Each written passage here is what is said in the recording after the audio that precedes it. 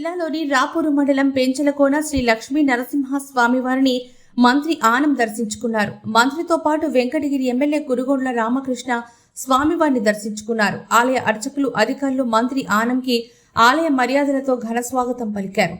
మంత్రి ఆనం రామనారాయణ రెడ్డి స్వామివారికి ప్రత్యేక పూజలు నిర్వహించి రాష్ట్ర ప్రజల సుభిక్ష, శాంతి, ఐశ్వర్యాల కోసం ప్రత్యేక ప్రార్థనలు చేశారు. అనంతరం మీడియాతో మాట్లాడుతూ పెంచలకోన క్షేత్ర దేవస్థానం అభివృద్ధికి కృషి చేస్తానని, మే నెల జరిగే బ్రహ్మోత్సవాలను అత్యంత వైభవంగా నిర్వహిస్తామని తెలిపారు. ఈ కార్యక్రమంలో స్థానిక ప్రజా ప్రతినిధులు, ఆలయ ఈవో, అధికారులు, భక్తులు తదితరులు పాల్గొన్నారు.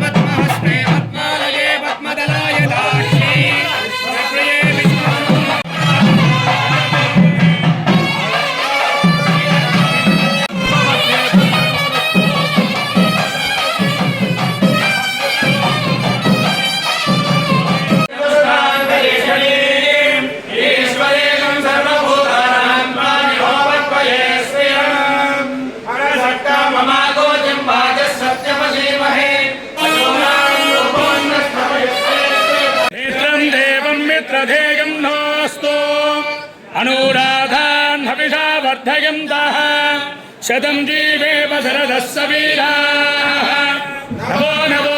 రాపూరు మండలంలో వెలిసినటువంటి శ్రీ శ్రీ శ్రీ పెనుసుల లక్ష్మీ నరసింహస్వామి యొక్క ఆశీస్సుల కొరకు మరి ఇక్కడికి రావడం జరిగింది. స్థానిక శాసనసభ్యులు సోదరులు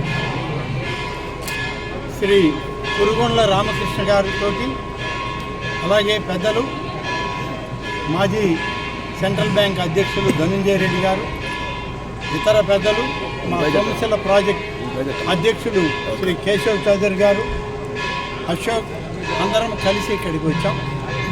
ఈరోజు స్వామివారి అమ్మవారి దర్శనానంతరం దాచూరులో మరొక విశిష్టమైన కార్యక్రమం ఉంది. దాతలు నిర్మాణం చేసినటువంటి అక్కడ కళ్యాణ మండపం ఒకటి దాచూరులో కొత్తగా నిర్మాణం చేసి ఇవాళ కళ్యాణం చేస్తున్నారు. ఆ స్వామివారి కళ్యాణంలో పాల్గొని అక్కడ వారందరినీ కూడా కలిసి వెళ్ళాలని ఈరోజు ఈ కార్యక్రమంలో ఇక్కడికి వచ్చాం. ఒక విషయం, ఇవాళ ఈ రాష్ట్రంలో ఆధ్యాత్మికంగా అన్ని విధాల అభివృద్ధి చెందుతూ ఉంది. మన ముఖ్యమంత్రి శ్రీ చంద్రబాబు నాయుడు గారి యొక్క ఆలోచన విధానం ఈ రాష్ట్రమంతా కూడా పండుగ వాతావరణంలో ప్రజలు ఉండాలి, రైతాంగం అంతా సుఖ సంతోషాలతో ఉండాలి, ఆధ్యాత్మికతతో ప్రతి ఆలయం మరి ఓంకార నాదానంతోనే ఆ కార్యక్రమాలు ప్రారంభమై మరి ఆ రోజు ముగిసే వరకు కూడా ఓంకార నాదంతో ఆయా ఆలయాల యొక్క మంత్రోచ్చారణతో వచ్చే భక్తులకి స్వామివారి అమ్మవార్ల యొక్క ఆశీస్సులు అందించడమే లక్ష్యంగా ఇవాళ మా ప్రభుత్వం పనిచేస్తుంది. అందుకని ఎప్పటికప్పుడు ముఖ్యమంత్రి గారు సమీక్షిస్తూ ఉంటారు. ఈ యొక్క ఆధ్యాత్మిక పురాతన ఆలయాలన్నింటినీ ప్రక్షాళన చేసి గతంలో లాగా నిర్లక్ష్యం ఏ పరిస్థితుల్లో ఉండకూడదు.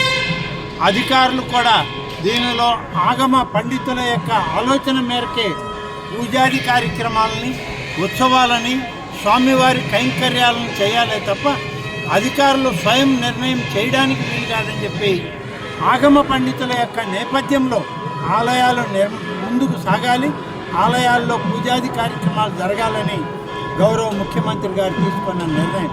ఆ నిర్ణయం మేరకే ప్రతి ఆలయంలో కూడా ఇవాళ ఒక్కొక్కటిగా చేస్తూ వస్తున్నారు. రాబోయేటువంటి మే మాసంలో బ్రహ్మోత్సవాలు ఉన్నాయి.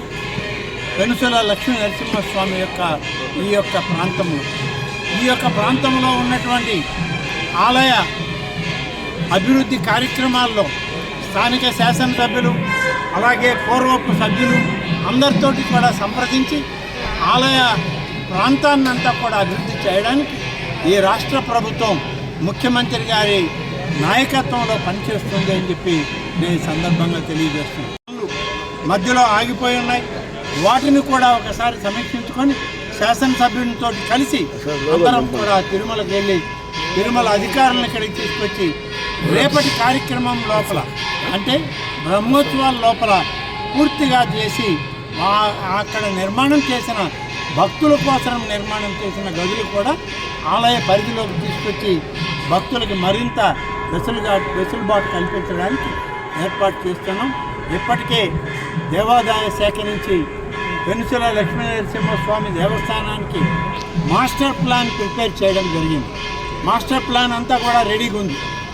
త్వరలోనే దాన్ని ఒక పూర్తి స్వరూపాన్ని తీసుకొని దాన్ని ఆమోదింపజేసి ఈ యొక్క ఆలయ అధికారులకి ఎమ్మెల్యే గారికి స్వాధీనం చేయడం జరుగుతుంది.